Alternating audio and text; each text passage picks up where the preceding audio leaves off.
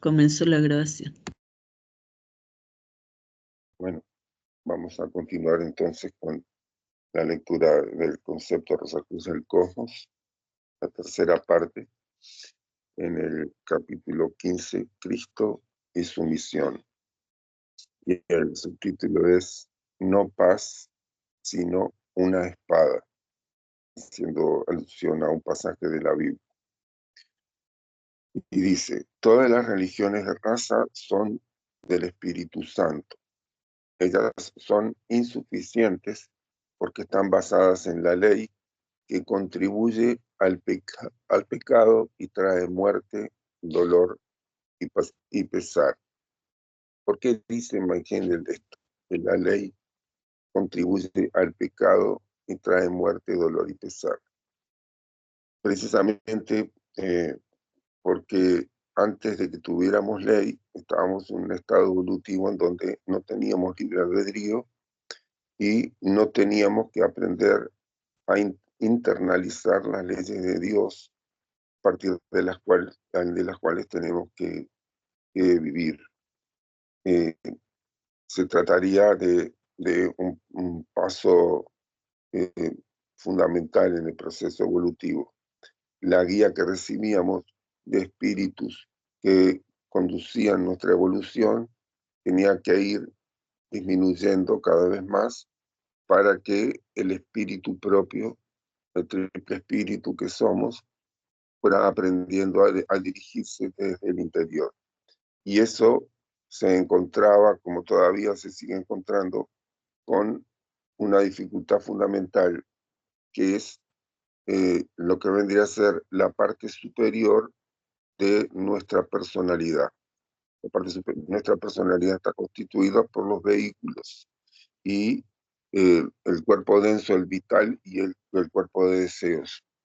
Y cuando el cuerpo de deseos está muy pautado por la parte baja del cuerpo de deseos, entonces las inclinaciones del cuerpo de deseos están en muchas ocasiones en contra de ese proceso de autodominio que se tiene que hacer a través del ejercicio de que el espíritu dirija a los vehículos inferiores. Entonces ahí se puede dar una competencia en la que en buena parte del proceso se dan muchas derrotas para el espíritu y eso es el obstáculo fundamental para el desarrollo espiritual. Ese obstáculo proviene de adentro. Y bueno, el propio cuerpo de deseos tiene que irse eh, acomodando por la intervención de la voluntad del propio espíritu. En algún momento se tiene que ir dando la toma de las decisiones y, y el mantenimiento de esas decisiones, pase lo que pase, de forma que los vehículos inferiores se sometan a la dirección del espíritu, hasta que se vaya suavizando el cuerpo de deseos, vaya funcionando cada vez más en las regiones superiores y se llega al estado de la iniciación en la que el cuerpo de deseos se vuelve un instrumento fiel del espíritu, sin presentar obstáculo para esa dirección del espíritu. Todavía nosotros estamos en la etapa en la que en algunas ocasiones tenemos que enfrentarnos con inclinaciones de querer huir cuando el espíritu quiere enfrentar o nos asaltan pensamientos egoístas cuando el espíritu quiere ser altruista. Eso se tiene que ir atemperando cuanto más hacemos el ejercicio de retrospección y revisamos eso y nos proponemos superarlo, vamos abriendo cada vez más el camino como para que se termine por hacer una realización completa. Y nos sigue diciendo Manjaindel, todos los espíritus de raza saben esto, o sea que la ley lo que produce es el pecado, porque se empieza a reconocer que hay cosas que ya no se pueden hacer. Antes sí se podían hacer, no traían ninguna consecuencia, pero a partir de que aparece la ley ya no se pueden hacer. Eso es un estado de conflicto hasta que se internalice la ley y se haya aprendido que es perfectamente buena y valiosa.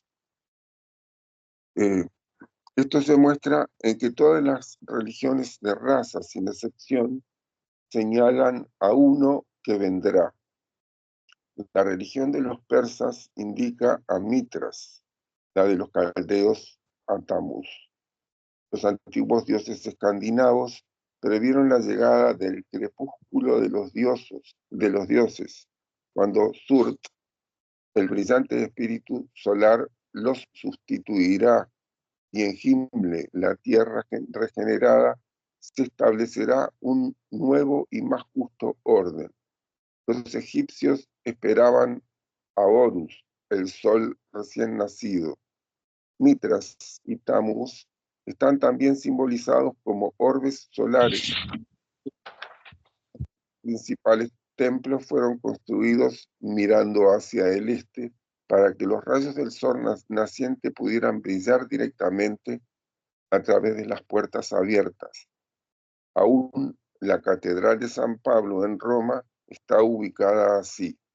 Todos estos hechos muestran que eran de conocimiento general que el uno que vendría sería un espíritu solar y habría de salvar a la humanidad de las influencias separatistas, y estaban necesariamente contenidas en todas las religiones de raza. Estas ¿Quieres que religiones siga eran leyendo? buenas. Sí, muchas gracias. Sí. Estas religiones eran pasos necesarios que debía dar la humanidad para prepararse para el advenimiento de Cristo. El hombre debe primero cultivar un yo antes de poder llegar a ser realmente desinteresado y entender la fase más elevada de la fraternidad universal, unidad de propósito e interés, para la cual Cristo puso los cimientos en su primera venida, y la que Él transformará en una realidad viva cuando regrese.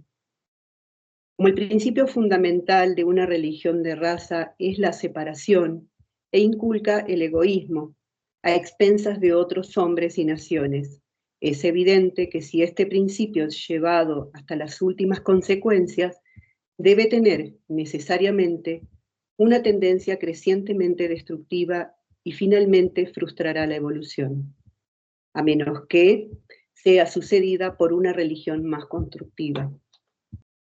Por lo tanto, las religiones separatistas del Espíritu Santo deben dar lugar a la unificante religión del Hijo, que es la religión cristiana. La ley debe ceder su lugar al amor y las razas y naciones separadas deben unirse en una fraternidad universal con Cristo como su hermano mayor. La religión cristiana aún no ha tenido tiempo de cumplir con este gran objetivo. El hombre está aún en las redes del dominante espíritu de raza y los ideales de la cristiandad son todavía demasiado elevados para él. El intelecto de la cristiandad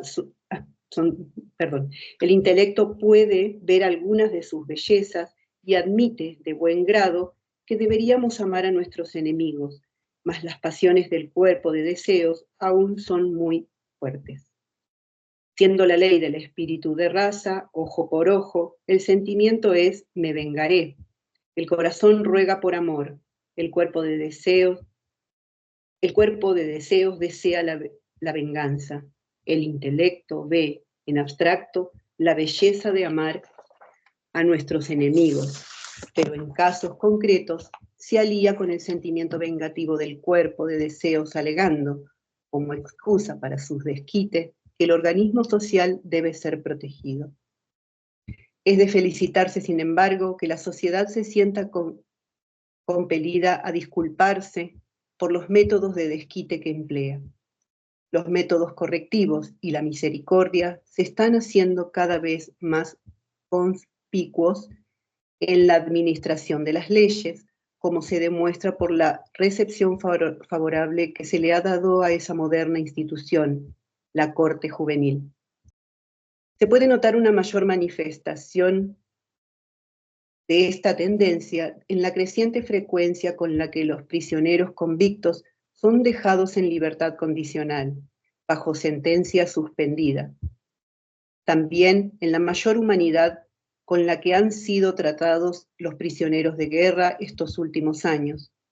Esta es la vanguardia de los sentimientos de fraternidad universal, que lenta pero seguramente deja sentir su influencia. Sin embargo, aunque el mundo estaba... Sí. Respecto a eso, tenemos que decir que estos procesos se dan en oleadas, entonces hay un avance y un retroceso, como las olas del mar que llegan a la orilla. Hay un flujo y un reflujo. Entonces, lamentablemente, esos adelantos que se vieron al principio, en la época que escribe Max Heindel, hace un siglo, después pasaron por un proceso de reflujo, en donde se han visto modificadas de forma negativa algunas leyes, precisamente porque esto no es un adelanto rápido y seguro, y porque lamentablemente se producen un montón de estímulos en el siglo que ha pasado, estímulos que generan adicciones y que producen un montón de problemas en la sociedad. Evidentemente que no todos los adictos caen en otras clases de defectos, pero después, eh, cuando algunos adictos incurren en pasar a robar a otra gente, entonces ya se empieza a asociar la adicción, la sociedad empieza a asociar la adicción con el robo y se incrementan las penas para tratar de contener los problemas, que son problemas que lamentablemente tienen raíces bastante más complejas.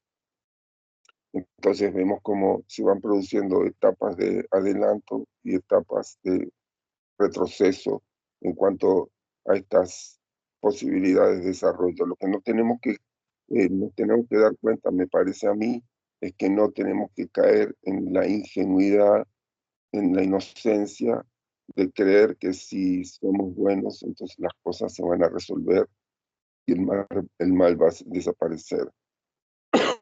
Hay que ser bueno, pero también hay que ser bueno para detectar cuando hay algo que está bien, de la firmeza y el equilibrio que surja del amor, que no pretende una venganza, pero que tampoco permite que ese mal prospere, siga avanzando. Y ese mal puede estar en gente muy deteriorada desde el punto de vista del conocimiento, o puede ser el mal de gente muy inteligente que utiliza esa forma de inteligencia astuta para manipular a otra gente y para hacerles creer que están haciendo algo bueno cuando en realidad no lo están haciendo.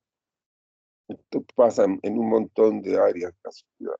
A grandes rasgos, ya hemos hablado de cómo hay alguna gente que eh, explota el concepto de solidaridad o de altruismo en relación a otros seres humanos, que todos tenemos esa condición, pero la explota de forma política para encubrir que sean ellos los que establecen de dónde tienen que salir los recursos y hacia dónde tienen que ir para ejercer esa solidaridad.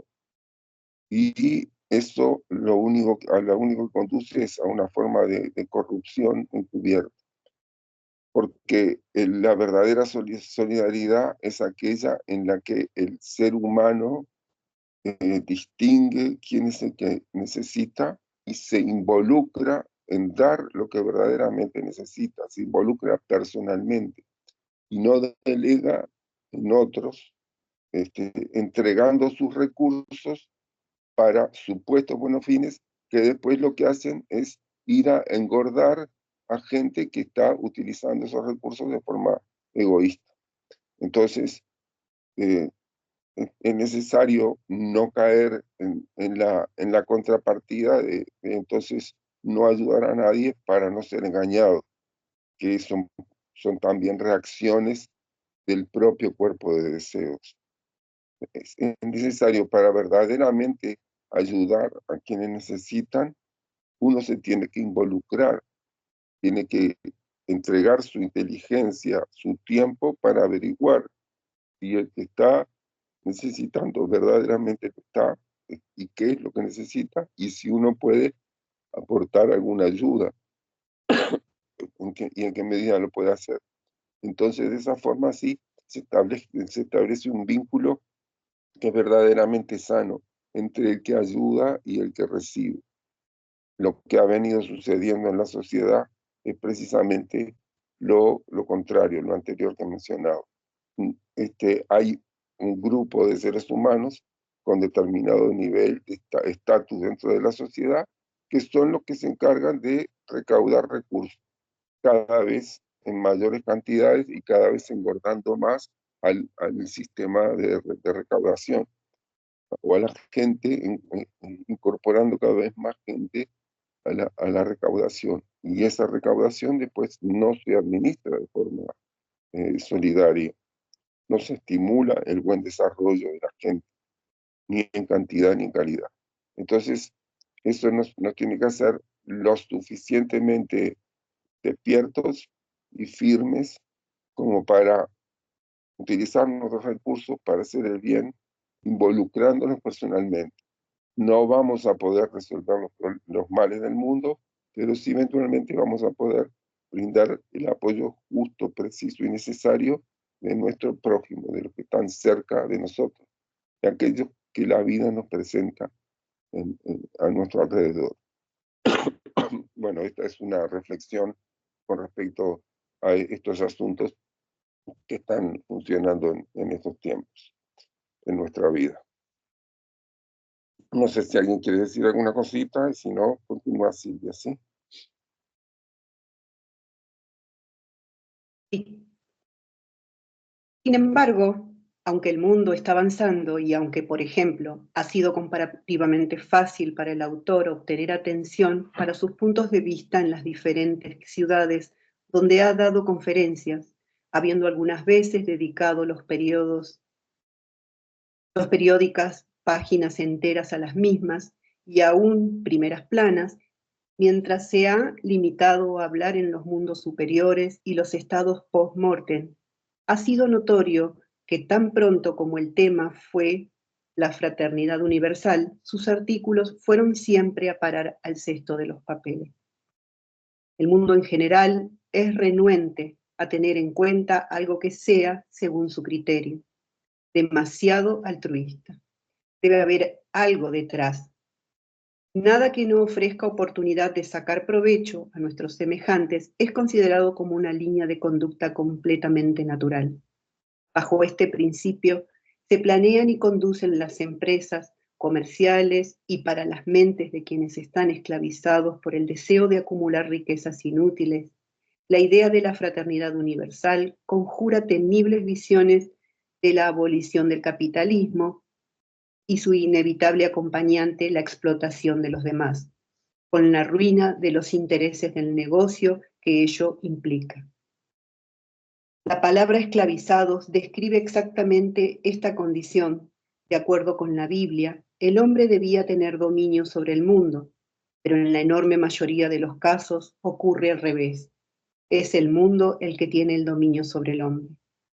Cada hombre que tenga intereses en bienes materiales admitirá, en sus momentos más lúcidos, que ellos son una inagotable fuente de preocupación para él, que está constantemente planeando cómo mantener sus posesiones, o al menos cómo evitar ser privado de ellas mediante dolo, sabiendo que otros están constantemente urdiendo planes para lograr, según ellos, tan deseable fin.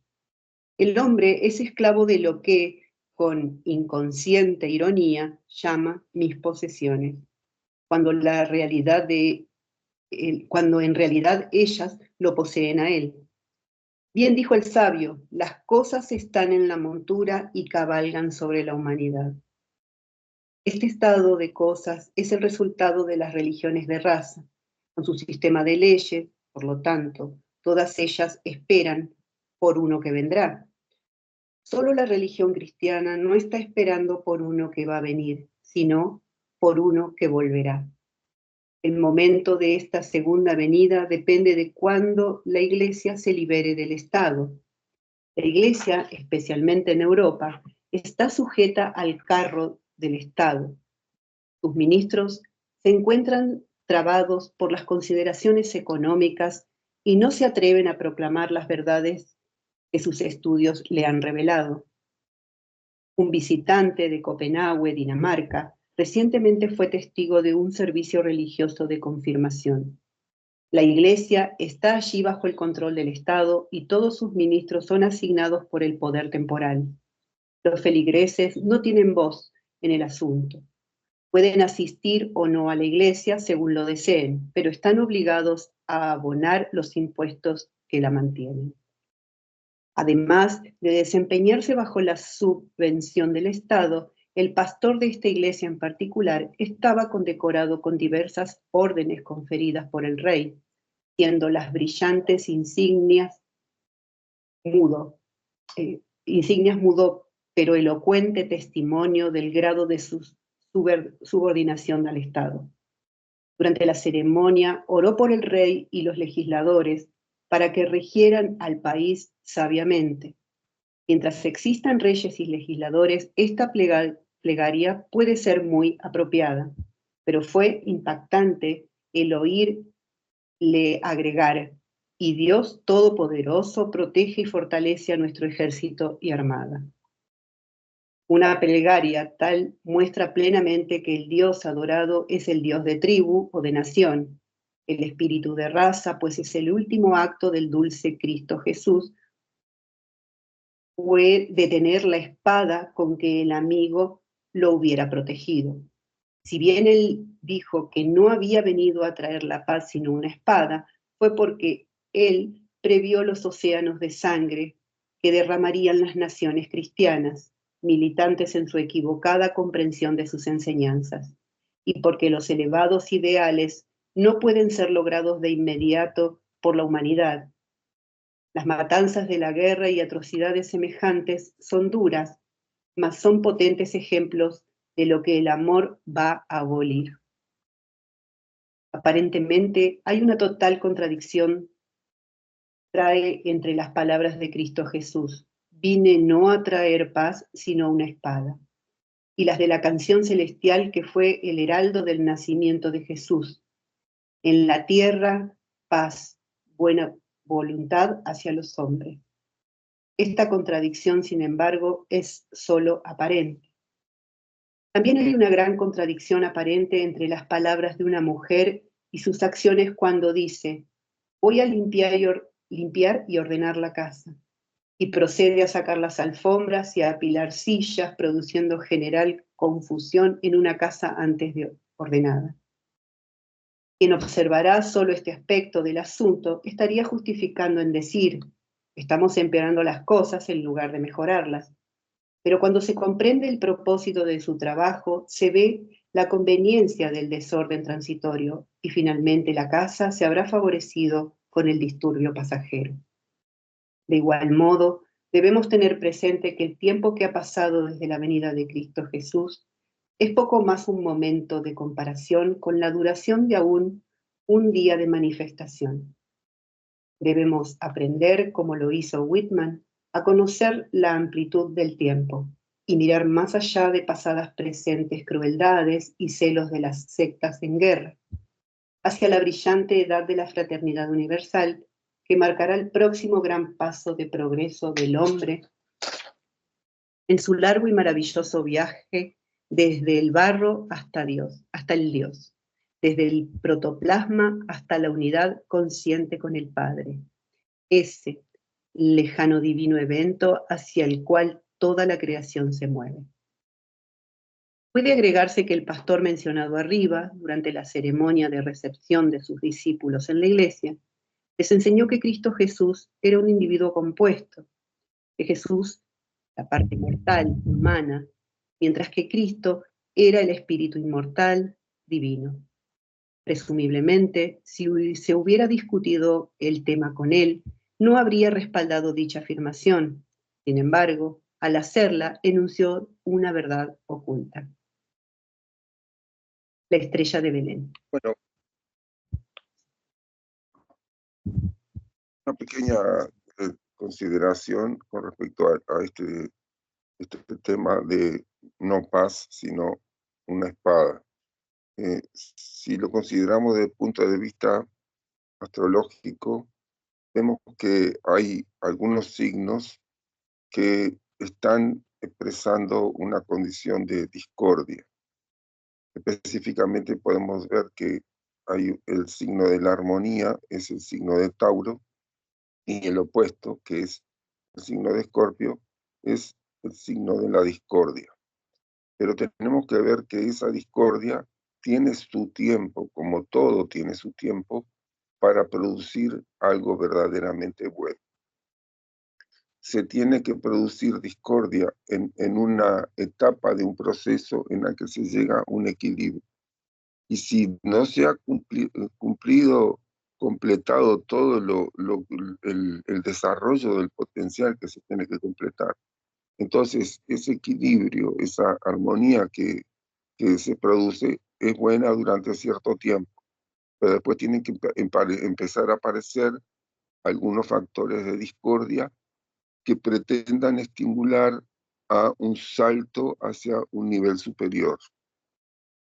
Y eso es lo que sucede precisamente con la venida de Cristo. La humanidad estaba en un determinado nivel de armonía, habituada a que las cosas fueran como estaban funcionando en ese tiempo, pero ya había algunos seres humanos que estaban respondiendo a un despertar interior de un anhelo de algo más elevado. Quizá no lo podían definir bien qué era, pero ya estaba eso, ya había fermentado en su interior y estaba abriéndose camino. Entonces, inevitablemente se tiene que producir una discordia entre las fuerzas que pretenden continuar con el equilibrio que venía siendo lo habitual hasta ese tiempo, y la gente que está buscando un salto cualitativo. Lo que no quiere decir que de un lado esté el mal y del otro lado esté el bien. También hay alguna gente que tiene una necesidad de generar discordia para arrasar con todo, aún con lo bueno que se tendría que conservar del sistema anterior. Siempre se tiene que hacer estribo en las cosas buenas que se tiene que conservar de lo que viene estando establecido y transformar algunas que den lugar a una forma más elevada de realización hasta llegar a un nivel de equilibrio, de armonía ya más elevado. Pero entonces,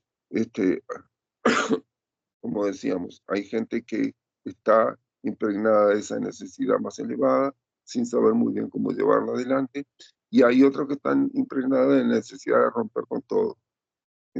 Y después hay otra gente que está eh, bien asentada en la forma de equilibrio y de armonía del sistema, y hay otra que está apegada a formas que son egoístas de ese equilibrio.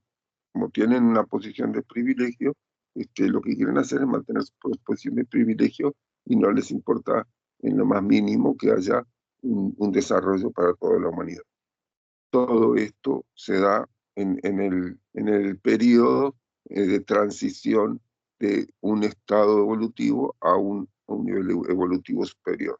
Y necesariamente se tiene que pasar por ese proceso de discordia y desarrollar el discernimiento de qué es lo que hay que descartar de lo que venía funcionando y qué es lo que hay que conservar.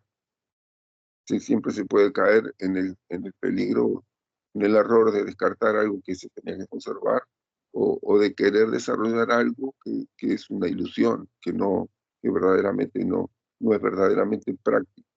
Entonces, estos desafíos van haciendo que el interior humano se vaya enfrentándose con desafíos como para que se vaya desarrollando este discernimiento, que es el que hasta cierto punto tendría que desarrollarse en nosotros.